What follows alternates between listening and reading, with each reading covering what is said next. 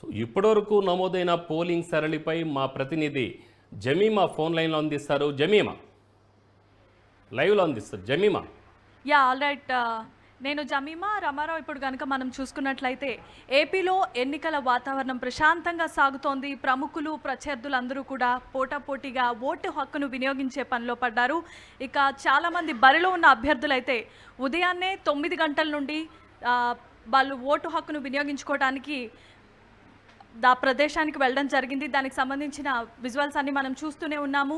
చాలామంది కూడా ఓటు హక్కును వినియోగించుకోవాల్సింది కూడా ఇప్పటి వరకు ఎన్నో ప్రకటనలు చేస్తున్నారు. కనుక ఓటర్లు తమ ఓటు హక్కును వినియోగించుకోవడం కోసం ఎక్కడెక్కడైతే సిటీలో వలసలు వెళ్ళారో వాళ్ళంతా కూడా వాళ్ళ స్వగ్రామాలకు వెళ్ళి ఓటు హక్కును వినియోగించుకొని తమ రాబోయే ఎవరైతే పాలన చేయాలనుకుంటున్నారో వారిని ఎంచుకునే పనిలో పడిపోయారు. పోలింగ్కి సంబంధించి అధికారులు అన్ని ఏర్పాట్లను పూర్తి చేశారు.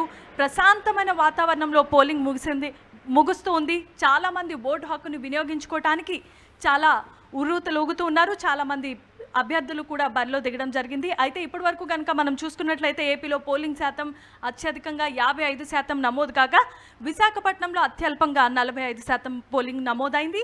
ఇప్పుడు కనుక మనం జిల్లాల వారీగా చూసుకున్నట్లయితే ఏపీలో సంబంధించి ఇప్పటి వరకు నమోదైన ఓట్ల శాతం ఈ విధంగా ఉంది. కడపలో ఇప్పటి వరకు మనం చూసినట్లయితే 30% నమోదు కాగా చిత్తూరులో 28% నమోదైంది. బాపట్లలో 29% నమోదు కాగా అల్లూరిలో 20%గా నమోదైంది.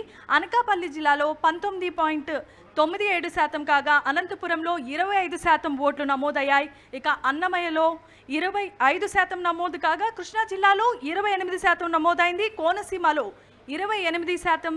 ఇక నంద్యాలలో థ్యాంక్ యూ జమీమా.